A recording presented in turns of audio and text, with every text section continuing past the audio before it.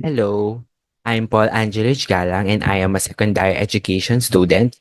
And for this video, I will be talking about the parts of the cell, and this will be the second video for Bio 11.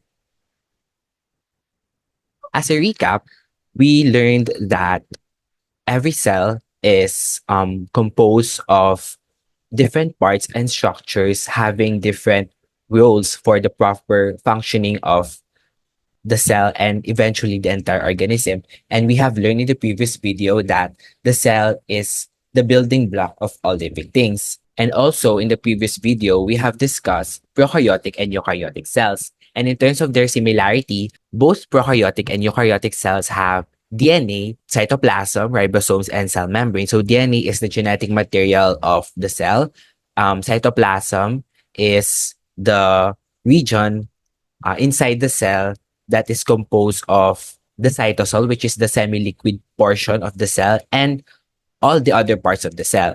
And ribosomes are the sites of protein synthesis.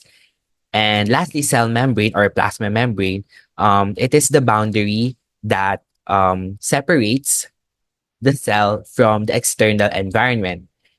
And in terms of their differences, we have learned that prokaryotic and eukaryotic cells differ in terms of membrane-bound organelles because membrane-bound organelles are present only in eukaryotes.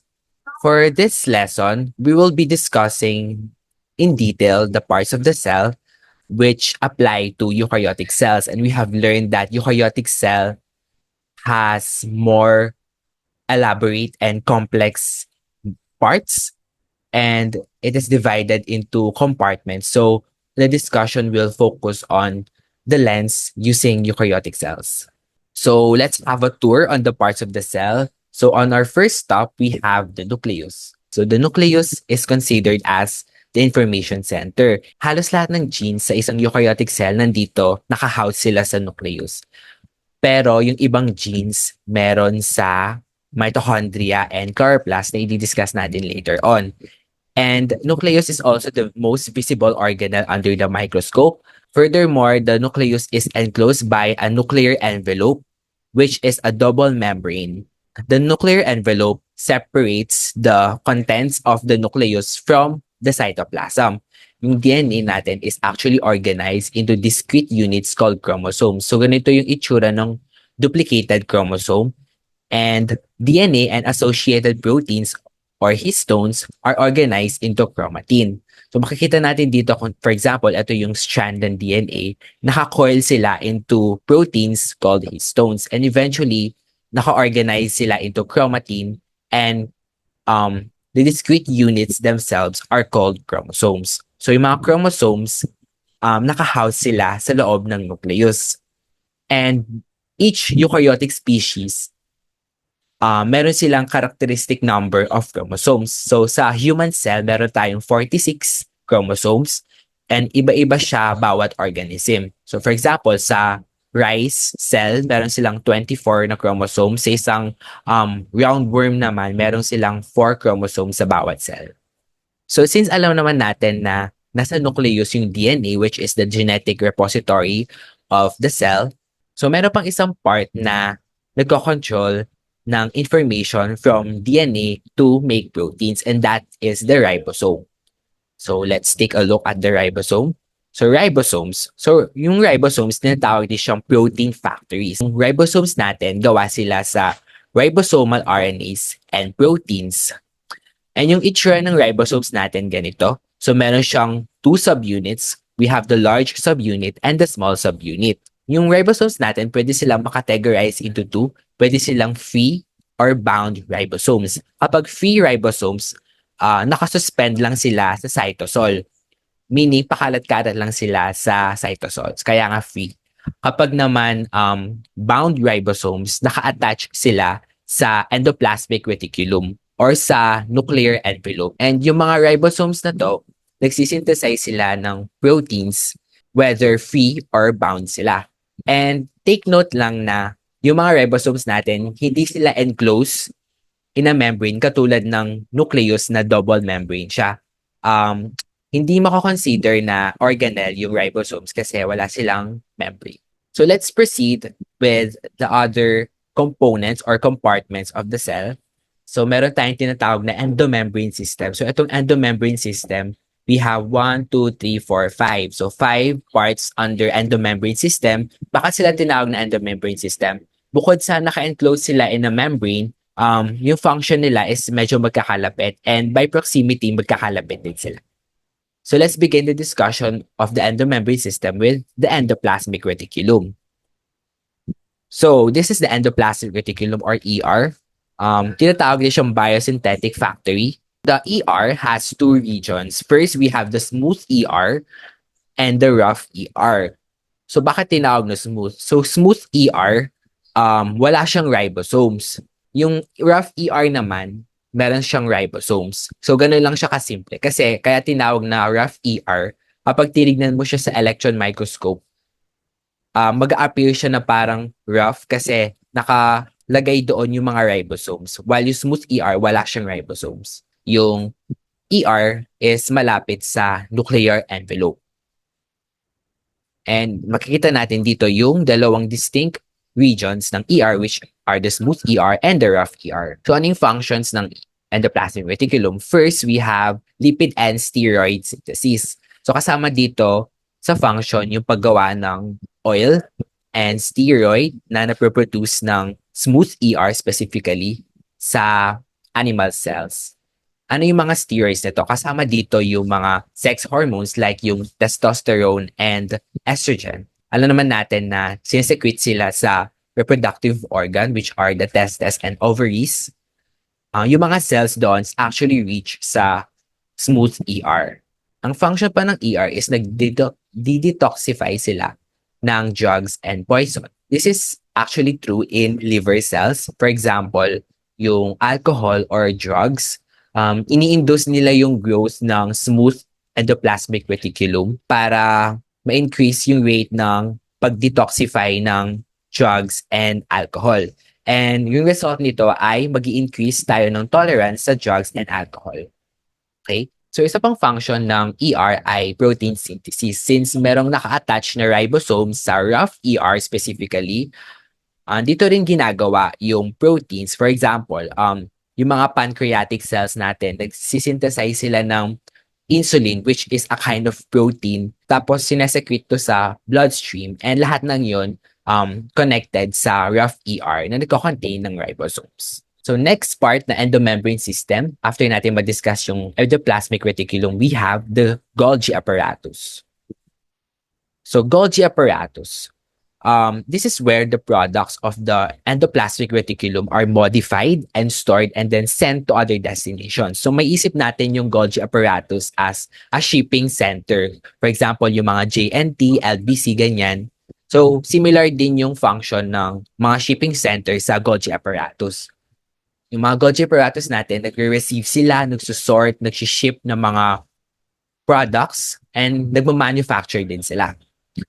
Merong dalawang sides yung Golgi apparatus. We have the cis phase, eto, and the trans phase. Yung cis phase, sila yung nagre-receive na part, and yung trans phase, sila yung nagsiship. So we can see here na ito yung rough endoplasmic reticulum. So manalaman natin kanina na nagsisecrete or nagsisynthesize sila ng proteins. So yung mga product na yon, naka-enclose sila dito sa vesicles, tapos pumupunta sila dito sa cis phase ng Golgi apparatus.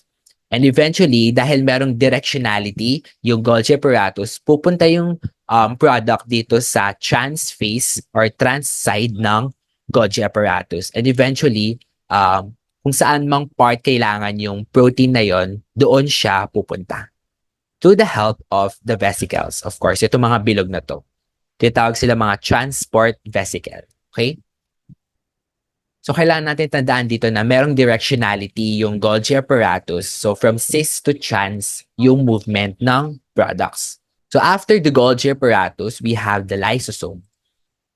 Lysosome, tinatawag silang digestive compartments of the cell because it contains hydrolytic enzymes that digest or hydrolyze biomolecules and pathogens. So yung process ng pag-digest ng mga ganitong substances is called phagocytosis. So maraming reference actually na nagsasabi na exclusive lang yung lysosome sa animal cells pero present din siya actually sa ibang plant cells although hindi siya ganun ka-common. And yung mga enzymes na nasa lysosome, nag-work sila kapag acidic yung environment sa loob ng cell. Yung enzymes na nasa loob ng lysosome as well as yung membrane niya, ginagawa siya sa rough endoplasmic reticulum and tinatransfer yon sa Golgi apparatus for further processing para makagawa sila ng functional na lysosome. Lysosome actually can recycle damaged organelles and yung process na yon ay tinatawag na autophagy. Meron tayong diagram dito. So first, lysosome contains active hydrolytic enzymes and nagiging active sila kapag acidic yung environment. And nag-fuse sila with the food vacuole or food vesicle dito. And kapag na-fuse na sila, yung mga enzymes na dinadigest niya yung mga food particles. So yung phagocytosis na process. And the same process happens in autophagy.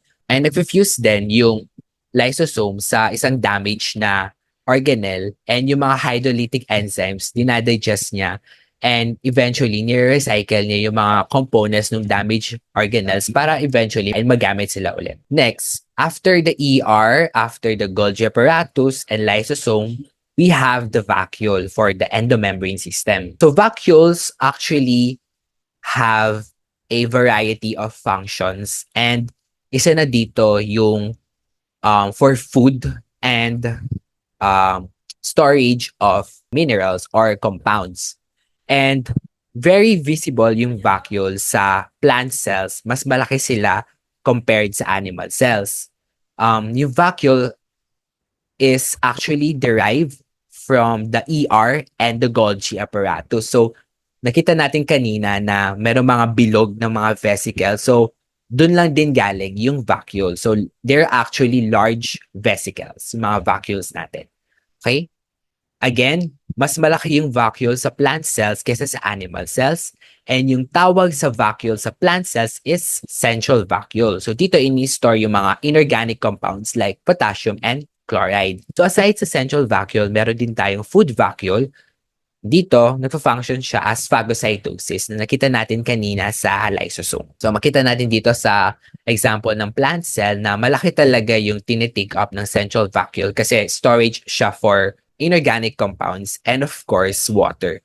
So as a recap na endomembrane system, meron tayong actually yung nuclear envelope kasama siya sa endomembrane system. And yung nuclear envelope natin, connected siya sa rough ER. So yung rough ER natin, meron siyang nakakabit na mga ribosomes. And continuous yung rough ER and yung nuclear envelope sa smooth ER. So yung smooth ER, wala siyang ribosomes. And then yung mga membranes and proteins natin na pinoproduce ng ER, nagmo-move sila via transport vesicles. Papunta sila sa cis side ng Golgi apparatus. And then yung Golgi apparatus, pinipinch off niya yung transport vesicles sa trans side niya para mag-give rise sa lysosomes or other types of vesicles and vacuoles. So yung lysosomes and vacuoles, galing sila sa ER and Golgi apparatus. So yung lysosome natin, available siya for fusion with another vesicle for digestion, yung tinatawag na phagocytosis.